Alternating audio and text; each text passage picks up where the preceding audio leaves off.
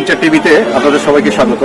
আমি এই মুহূর্তে দাঁড়িয়ে আছি পাবনা জেলার সাথিয়া উপজেলার সমাসনারী জামিয়া ইসলামিয়া হাফেজিয়া কাওমি মাদ্রাসায়।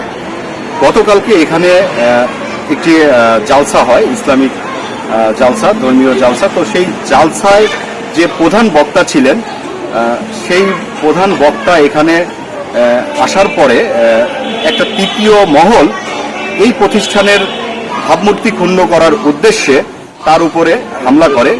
তো আসলে কালকে কি ঘটনা ঘটেছিল এবং কারা ঘটিয়েছিল বিস্তারিত আমরা এই প্রতিষ্ঠানের যে প্রধান শিক্ষক আছেন, আমি তার সাথে কথা বলে বিস্তারিতটা জানবো এবং আপনাদেরকে জানানোর চেষ্টা করব। যে আজকে রাজশাহী বিভাগের পাবনা জেলার সাথিয়া থানার সমাসনারী মাদ্রাসায়, সমাসনারী জামিয়া ইসলামিয়া হাফেজিয়া কওমি মাদ্রাসার ৩৯তম বার্ষিক ইসলামী মহাসম্মেলন ওয়াজ মাহফিল ছিল, ৪৯তম মাহফিলে। সেখানে আমি মেহমান হিসাবে দাওয়াত রাখি এবং আমার আসতে রাস্তার কারণে, জামের কারণে অনেকটাই বিলম্ব হয়। তো এই বিলম্ব হওয়াকে কেন্দ্র করে কোনো এক মহল এই মাদ্রাসার ক্ষতি করার জন্য এবং মাহফিলকে পণ্ড করার জন্যে এবং আগন্তুক মেহমানের কাছে তাকে দোষী সাব্যস্ত করার জন্য তারা অতর্কিত হামলা চালায়। আর এই হামলার মধ্যে আমার ব্যবহৃত গাড়ির উপরে তারা আক্রমণ করে এবং আক্রমণ করে তারা নিজ নিজ দায়িত্বে আবার সেখান থেকে সরে চলে যায়। কিন্তু আল্লাহ শুকরিয়া যে এত কিছু হওয়ার পরও আমাদের এই মাদ্রাসার মাহফিল সুসম্পন্নভাবে হয়েছে। দীর্ঘক্ষণ মাহফিল হয়েছে, বয়ান হয়েছে, কালেকশন হয়েছে, মোনাজাত হয়েছে। তো যারা এই কাজটা করছে, যারা চাইছিল যে মাদ্রাসাকে দোষের তলে ফেলানোর জন্য, পাবনা ডিস্ট্রিক্টকে অপমান করার জন্য এবং আগন্তুক মেহমানকে একটা আতঙ্কর মধ্যে ফেলে দেওয়ার জন্য যেন পাবনাতে না আসে, আপনারা দয়া করে এই বিষয়টাকে নিয়ে কখনোই বিচলিত হবেন না এবং প্রোপাগান্ডা ছড়াবেন না। নিজ নিজ অবস্থানে থেকে প্রত্যেকেই সত্যটা জানার জন্য চেষ্টা করবেন এবং সত্য এইটাই, তৃতীয় পক্ষ এই মাহফিলটাকে পণ্ড করার জন্য এবং মাদ্রাসাকে নষ্ট করার জন্য, মাদ্রাসার সুখ্যাতি সুনাম নষ্ট করার জন্য এই ঘটনাটা ঘটাইছে। তো যারা এই ঘটনা ঘটাইছে, এই ঘটনার সাথে কর্তৃপক্ষ, শ্রোতা, বক্তা, সভাপতি, মাদ্রাসার মোহতামিম, মাদ্রাসার ছাত্র, মাদ্রাসার কমিটি, মাদ্রাসার আসহাফেজে কেরাম, কেউ এটার সাথে জড়িত নয়।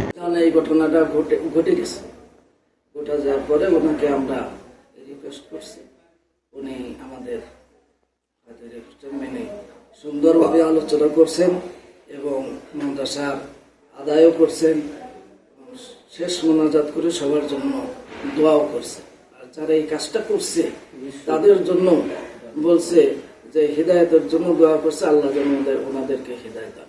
হয়তো আপনারা জানেন যে পাবনার জেলা মধ্যে এটা সুনামধন্য একটা প্রতিষ্ঠান, সমাসনারী জামিয়া ইসলামিয়া কওমি মাদ্রাসা ও এতিমখানা।